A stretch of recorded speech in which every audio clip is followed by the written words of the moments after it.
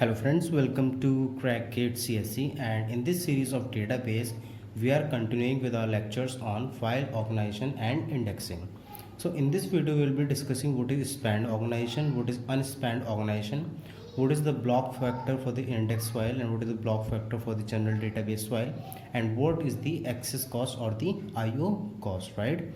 So before starting this particular video, I would like to request you all, if you have not subscribed my channel till now, please subscribe the channel and press the bell icon so that you can get an update whenever I'm uploading any new videos. So now start with this lecture.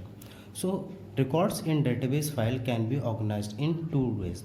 As we know that in database files we are having records. So these records are organized in two ways. So one way is spanned organization and the another way is unspanned organization.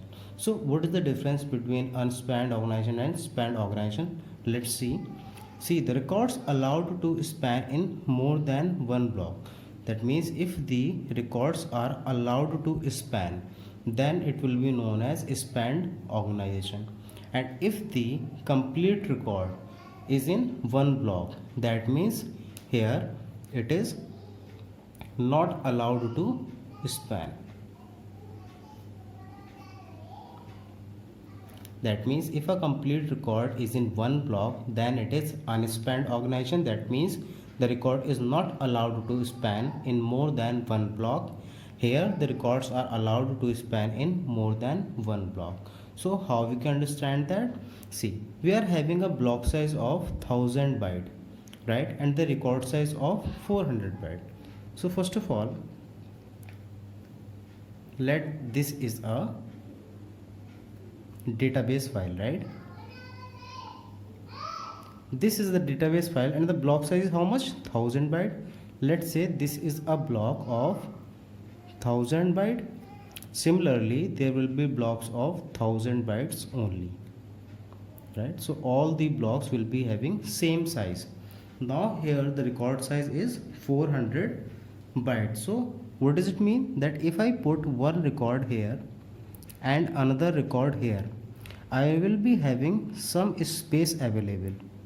What will be that space? This is of 400, this is also 400. That means this space will be of 200 bytes, right?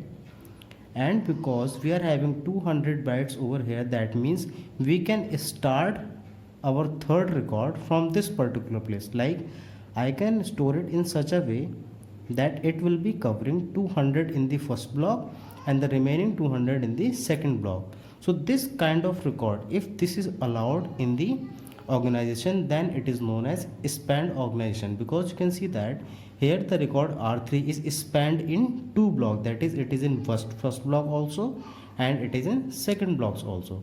Similarly there will be R4 and R5, right? So here you can see that there is no space wastage, right? There is no fragmentation, right? So if we are having a record which is spanned or available in both the blocks or in more than one block, then it is known as spanned organization. But here if you see that, let's say here I am having a database file. Here also the block size is 1000.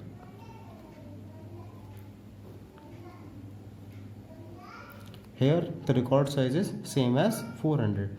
So if I store first record here and second record here, these two records will be occupying the 800 bytes space, right?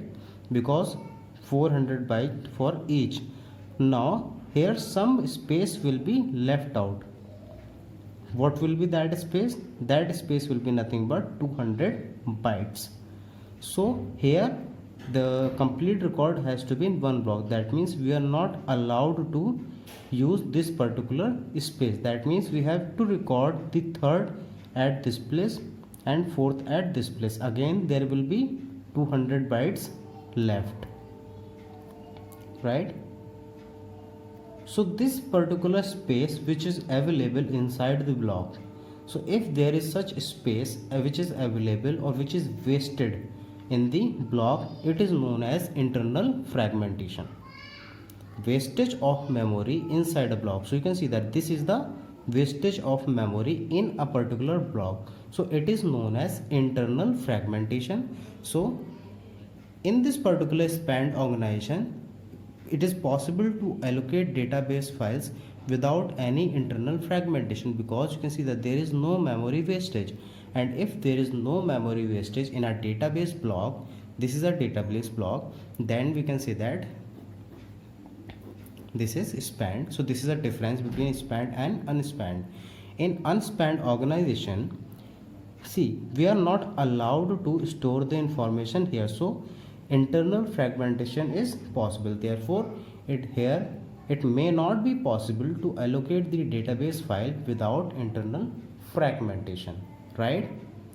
Now in the spanned organization, it requires more access cost to access span record, because if you want to access this particular span record, it will lead to access two blocks, because if you access the first block and second block, then only you will be able to access the third record.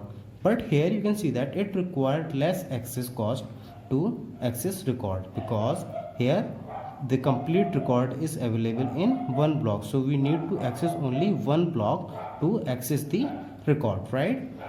In spanned organization, variable length records are preferred, because if we are having a spanned organization, then the variable length record can be easily stored, because there is no limitation to the length records, right? Whereas the unspanned organization is preferred to store database file with fixed length record. So if we are having the record length as fixed, then only we can use this unspanned organization, because if there is one record which is having length more than the block size, then we will not be able to store that particular record in the unspanned organization. But if this is the case in the spanned organization, we can store a particular record of any size, right? So there is no limitation in spanned organization. So this is the basic difference between spanned organization and unspanned organization. Now let's see what is the block factor. So the block factor is nothing but it is the maximum number of records per block. So the block factor tells us that how many records can be stored in a single block, right? How we can find out? So this is a formula. Block factor is equals to B minus H divided by R. So we'll be taking the floor value for that. This many records will be possible in a block, where B is nothing but block size in bytes, H is nothing but header size in bytes, and R is the record size in bytes. So I already told you in the previous video that if I am having this as a block, so let's say this is a block, so we'll be having some block header, right? So this will be some block header which will be storing the information about the records which is inside the block. So that's why whatever the size we are having for the block, we have to subtract the header from that. That means if I'm having the size as 1000 and if the block header size is 100, then how many spaces available to store the records? So 1000 minus 100, it will be 900. That means in these 900 bytes we can store the actual record. So that's why we are subtracting header from the block size. Then we are dividing by R so that we can find out how many records are there, right? So if the block header is not given, we by default consider it as a 0 because it is very small, it is negligible. So by default we consider it as a 0, but if it is given, you have to subtract it from the block size, right? This block factor is applicable for unspanned organization because here the records length are fixed. How? Let's see. In this example, you can see that here the block size is 1000 and the record size is 400. So if you need to find out the block factor, so what it will be? It will be 1000, right? So there is no block header given, so I am considering it as a 0. That means the value of H will be 0, which is header size. Now R is in the denominator, so R is nothing but 400 bytes. So if we find out the value, it will be 2.5. So we are taking the floor value, that is 2. That means maximum 2 records can reside in a particular block. So here you can see that we are having 2 records in a particular block, right? So this is how you can find out the maximum number of records per block. So this is the rule of the block factor. In the next video, we'll be discussing how to find out the block factor for the index file also. No need to worry about that. Now, what is access cost? Access cost is nothing but the IO cost. So if you want to perform any operation in our database or the information which is stored in the database, then what you need to do? You need to extract or you need to retrieve that information which is stored in secondary memory. So this access cost is nothing but the time taken to fetch the information from secondary memory and to put that information in main memory so that you can perform your required operation. So this is known as access cost, right? So total number of secondary memory blocks required to transfer from disk to main memory in order to access required record. So let's say this is our main memory, right? And this is our secondary memory. So let's say this is a particular file which is stored in a secondary memory. So this is a database file and this is the particular database file we are having. So if we need to find out any particular value, let's say x, right? So how much access cost will be there? So if we talk about the ordered field, that means if we are having ordered field, if we are searching on the basis of ordered fields like pre-key or something which is in sorted order, right? Ordered means sorted, whether it is ascending order or the descending order, in any order, right? So select extract means all from student table. This is the table where SID is equals to 16. Let's say this is the value of SID 16 which we need to retrieve from the secondary memory and paste it into the main memory. So how much time it will take? SID 16, right? So we are finding on the basis of ordered field. So we can apply the concept of binary search. We'll be going on to the first record.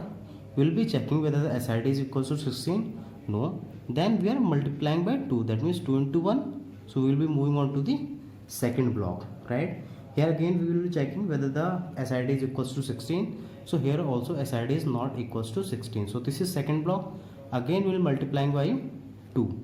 So now we will be moving on to the fourth block, right? Here we will be checking. Here also the SID is not equals to 7. So this is the fourth block. We will multiplying by 2. Then we will be moving on to the eighth block, right? In eighth block we will be having the value as SID as 16. That means how much time it is taking? It is taking the time as log of n, right? So we can say that if it is in the ordered field, we are searching, or the access cost using the ordered field is log n base 2 blocks. Because if we are having n different blocks, then if we are using the applying the binary search, then it will take log n blocks, log n time to access that particular block. But if we are finding out the access cost using the unordered field, how we will do that? Let's say I am finding the record which is having marks as 59. So let's say there is some record which is having marks as 59. So this is unordered because this is not sorted in any order, right? So select asterisk from student where marks is equals to 59. So we cannot have an estimate or an idea where this 59 will be stored. So what we will be doing? We will be linearly finding out in each of the block. If we got that value as 59, then we will be returning. If we are not getting that value as 59, then we will say that value is not present, right? So how much time it will be taking? If there are n blocks, then we will be taking n time. So the access cost to access using the unordered field is n block and using the ordered field is log n block. So this is the IO cost to access record without indexing. As of now we haven't discussed anything about the indexing. So this is the cost without indexing. In the next video we will be discussing what is index file, what is indexing, and how you can access the record using the indexing, and what will be the time to be taken using the indexing. So I hope you got an idea how the things are working in the file organization and indexing chapter. So these are the important basics.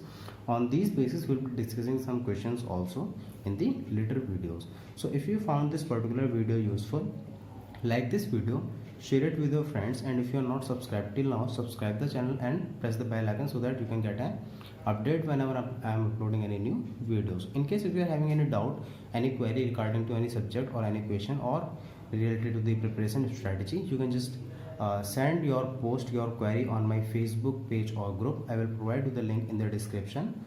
And thank you very much for your support. Keep supporting, keep learning. Have a great day.